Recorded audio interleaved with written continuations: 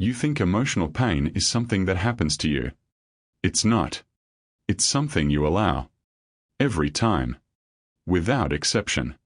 The moment you need someone's approval to feel stable, you've already lost. The moment their words can shake your foundation, they own you. The moment you check your phone waiting for a response, rehearse conversations in your head, or adjust who you are based on who's watching, you are not a free person. You are a puppet, and someone else is holding the strings. You just can't see them. Here's what no one will tell you. Most people are walking through life with their nervous systems controlled by people who don't even think about them. Your coworker said something dismissive in a meeting 3 days ago, and you're still processing it at 2 a.m. Someone you respected didn't acknowledge your effort, and you've been recalibrating your worth ever since. A relationship ended, and you've spent months trying to decode what you did wrong, running their words on a loop, searching for the moment you lost them. That is not pain. That is a cage. And the door has always been open. What I'm going to give you in this video is not therapy. It is not motivation. It is a 30-day psychological reset, a Machiavellian restructuring of the way you process people, emotion, and power. Once you understand what I'm about to show you, you cannot pretend you didn't see it. The awareness is irreversible. The transformation, if you choose it, is permanent. This is Dominion Protocol. The invisible enemy is not the person who betrayed you. It is not the one who rejected you.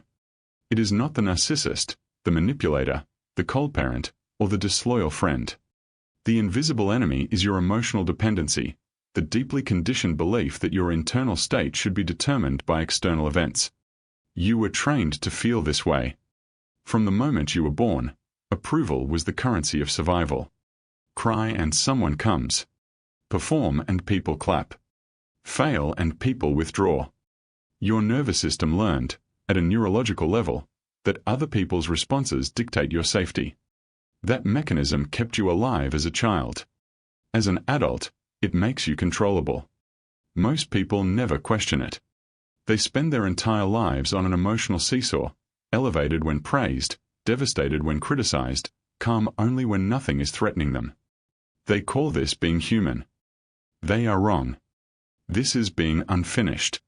Weak men, and weak people of all kinds, mistake emotional reactivity for depth. They think that feeling everything intensely means they are alive. What it actually means is that they have no sovereignty. Anyone with access to them can move them. Anyone who knows their triggers can redirect them. And the ones who want power over you? They figured that out immediately. They want you reactive. They want you seeking. They want you emotionally exposed, perpetually waiting for validation that never fully arrives. Your emotional dependency is the weapon they use against you, and most of the time, they don't even know they're using it. They don't need to be conscious manipulators. The system rewards those who stay emotionally unanchored. A stable person is difficult to sell to, difficult to control, difficult to guilt, and difficult to impress. An emotionally dependent person is a market. You are about to leave that market permanently. Machiavelli understood something that made him dangerous to read and more dangerous to understand. Power is not given. Power is assumed by those who have mastered themselves first. Not strength. Not aggression. Not dominance over others. Mastery over the self. The Prince was not written as a guide to cruelty. It was written as a guide to clear-eyed reality, the understanding that the world operates on dynamics most people refuse to acknowledge. Sentiment is exploitable. Neediness is a liability. The man who needs nothing from you has no weakness you can press. The Stoics arrived at the same conclusion through a different doorway. Marcus Aurelius, ruling the most powerful empire on earth, wrote daily reminders to himself not to be disturbed by what people said, what people thought, or what people did to him. Not because he didn't care about humanity, but because he understood that a mind that can be rattled by external opinion is a mind that cannot think clearly, judge accurately, or act with precision. History has never rewarded the most emotional person in the room. History rewards the one who was still thinking when everyone else was reacting. That is what we are building.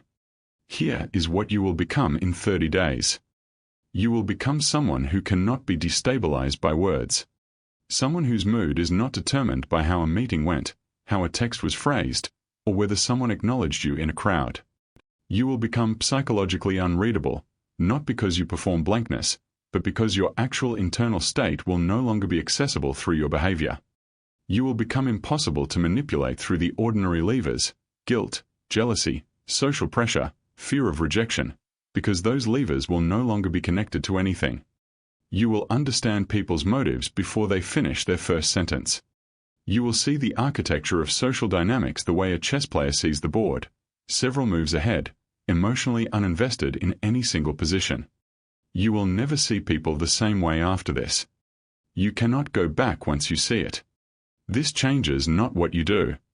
This changes what you are. Rule 1. You stop treating your emotions as truth. Most people believe that whatever they feel is an accurate report of reality. If they feel disrespected, then disrespect happened. If they feel unloved, they are unloved. If they feel like a failure, they are failing. They treat the emotion as evidence. This is the first and most catastrophic psychological error a person can make. Emotions are not facts. They are chemical events. They are the nervous system's interpretation of incoming data, filtered through your childhood conditioning, your ego, your insecurities, your sleep quality, and the last 5 interactions you had. The same event can produce completely different emotional responses in 2 people sitting in the same room. When someone doesn't respond to your message, your brain generates a story. That story, abandonment, rejection, indifference, triggers an emotional response. You then act from that emotional response as though the story were confirmed. But the story was never real. The story was your wound wearing a mask. Here is what the emotionally sovereign person does differently. They observe the emotion without obeying it. They feel the discomfort, name it, and then ask, what is actually happening here, separate from what I feel? That gap, between stimulus and response, is where your power lives. Write this down. The emotion is data. It is never a directive. In the first week of your 30-day reset, your only task is to begin observing your emotional reactions before acting on them. Not suppressing them. Observing them. Every time you feel destabilized, you stop. You name the emotion. You locate where you feel it in the body. And then you ask, what story am I telling myself right now? You are beginning to separate who you are from what you feel. That separation is the foundation of everything else. Rule 2. You eliminate approval dependency. Most people have no idea how many of their decisions are made to manage how others perceive them. Not to create the life they want, to avoid the discomfort of judgment. The way you dress, the opinions you share, the goals you pursue, the relationships you stay in, the risks you don't take. Trace most of them back far enough and you will find a version of this. I don't want to be seen as less. I don't want to be rejected. I don't want to lose access to belonging. That is not ambition. That is fear wearing ambition's clothing. The average person has outsourced their identity to their social environment. They are, in the most literal sense, whoever the room agrees they are. And because the room is always changing, they are always changing, shape-shifting, adjusting, shrinking and expanding in response to cues they barely notice.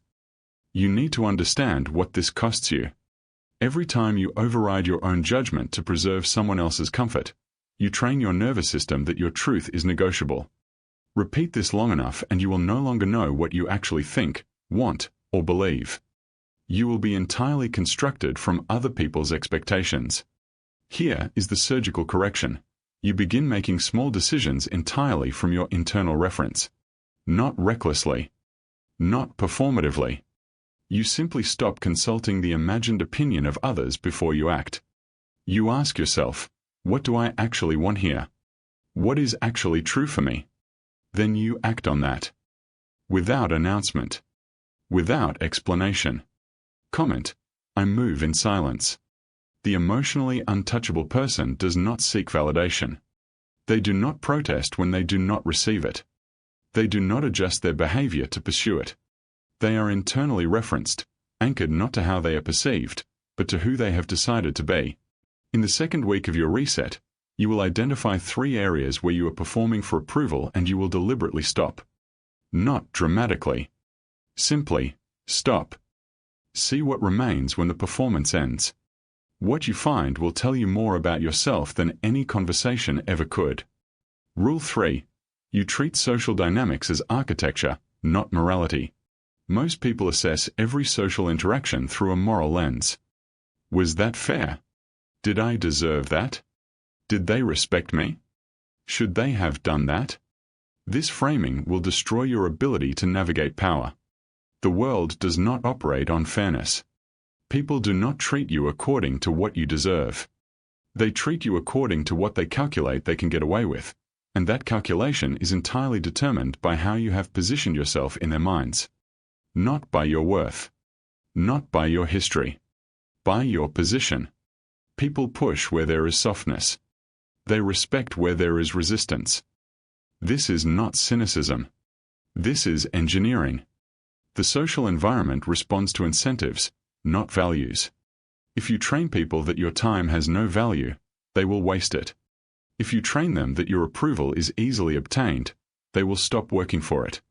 If you train them that your emotional reaction is accessible through pressure, they will apply pressure whenever they want a response. Imagine you are watching a group of people you used to be emotionally entangled with, a team, a social circle, a relationship. Now remove your emotional investment from the image entirely. Just watch. You will immediately see what you couldn't see before, who positions themselves as indispensable, who manufactures uncertainty in others, who controls the frame of every conversation. You'll see the architecture underneath the warmth. That is not a dark way to see people. It is an accurate one. The power reframe is this. You stop asking was that right and start asking what does that behavior reveal about the incentive structure of this dynamic? You stop being the wrong party and start being the strategist. In week 3, you will audit your primary relationships for power dynamics you have been pretending don't exist. Not to become cold. To become clear. Because you cannot change a dynamic you refuse to see. Burn this into your mind. Rule 4. You starve the emotional hostage-taking. There are people in your life who regulate their own emotional state by destabilizing yours. This is not always conscious. Most of the time, it is a learned survival strategy. They discovered early that creating urgency, manufacturing guilt, or withholding warmth produced the responses they needed. They don't do it to harm you. They do it because it works. And it works because you let it. Every time someone escalates and you de-escalate by giving in, you have reinforced the behavior. Every time someone goes cold and you pursue them to restore warmth, you have confirmed that coldness is a lever. Every time someone makes their emotional crisis your emergency, you have accepted a role in a dynamic that will repeat forever. The manipulation does not require malice. It requires only that you are more uncomfortable with their distress than they are. Here is the correction. You become comfortable with discomfort, specifically, with the discomfort of another person's unregulated emotional state. You stop making it your problem to solve. You stop stepping into the gap they create to pull you in. You respond from a place of calm without urgency, without explaining yourself excessively, without chasing. The hostage-taking only works when the hostage cares more than the captor. Remove that differential and the entire dynamic collapses. They will escalate first. That is expected. Stay steady. The storm always passes when it finds nothing to destroy. Say it with me. Their chaos is not my crisis. Rule 5. You build a life that doesn't require explanation. The deepest form of emotional dependency is the need to be understood. The need for people to see your reasoning, accept your choices, acknowledge your pain, validate your perspective. This need will imprison you more surely than any external force. Here is the brutal reality. Most people will not understand you. Not because you are too complex, but because understanding requires investment, and most people's investment is rationed toward what benefits them. They will interpret you through the lens of their own experience, their own fears, their own projections. The story they tell about you has almost nothing to do with you. Once you fully absorb that, once it goes from a concept you've heard to a reality you feel in your bones, something releases. The need to correct the narrative dissolves. The compulsion to explain, justify, and defend yourself diminishes. You stop standing trial in rooms where the verdict was decided before you walked in. The emotionally untouchable person does not perform their identity for an audience. They build in silence. They move in silence.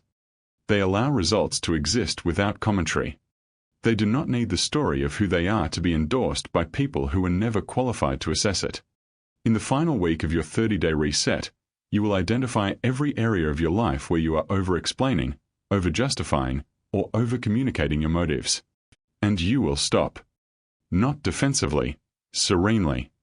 The energy you recover from that withdrawal will be redirected entirely into execution. If this is resonating, you already know why you're here.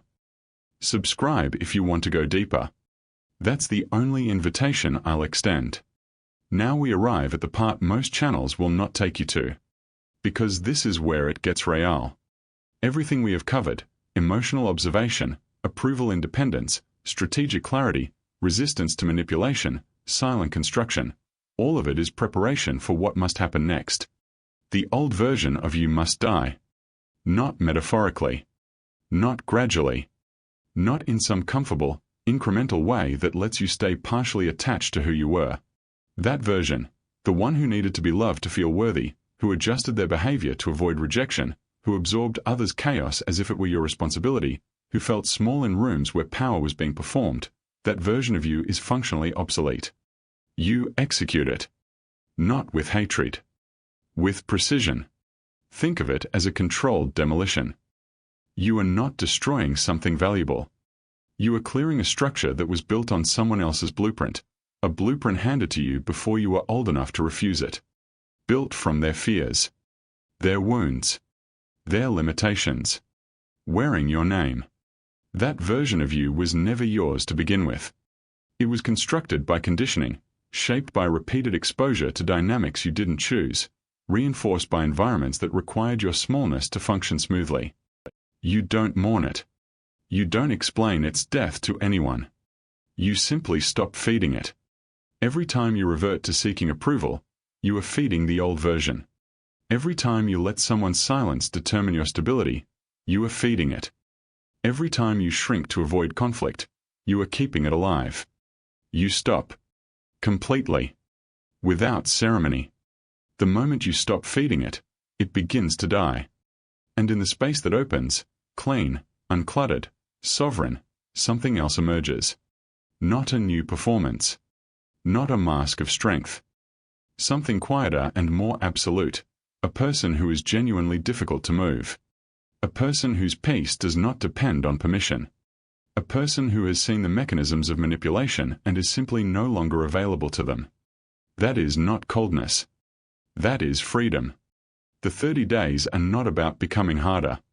They are about becoming real, stripping away the reactive, approval-seeking, emotionally hostaged version of yourself until what remains is someone who cannot be weaponized by other people's moods, silences, or withdrawal.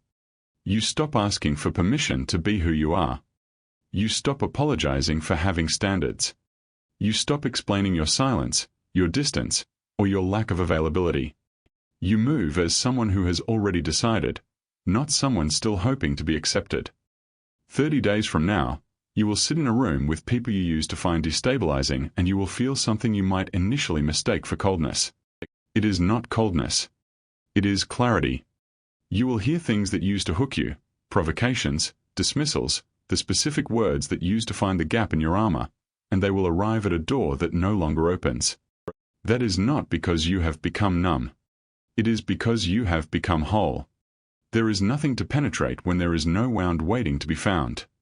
This is the psychological architecture of someone who cannot be controlled. Not a wall, not aggression, not a performance of dominance, but genuine internal sufficiency. A person who does not need the room's approval, does not require the outcome to validate them, and has stopped conducting their life as an audition. That person is not exceptional by birth. They are forged by decision. The decision to stop tolerating the version of themselves that kneels for scraps. You have the architecture now. 30 days. No announcements. No performance. No dramatic declarations of change. Just execution. Comment: I am not who I was. You are not here to be understood by people who are only ever comfortable with your limitations. You are here to be undeniable.